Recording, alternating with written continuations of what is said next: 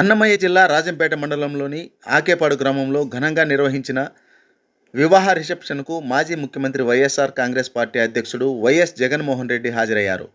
స్థానిక YCP MLA Akepati Amarnath Reddy సోదరుని కుమారుని వివాహ రిసెప్షన్లో పాల్గొన్న ఆయన వధూవరులను ఆశీర్వదించి శుభాశీస్సులు అందించారు. జగన్ రాకతో గ్రామంలో పండుగ వాతావరణం నెలకొంది.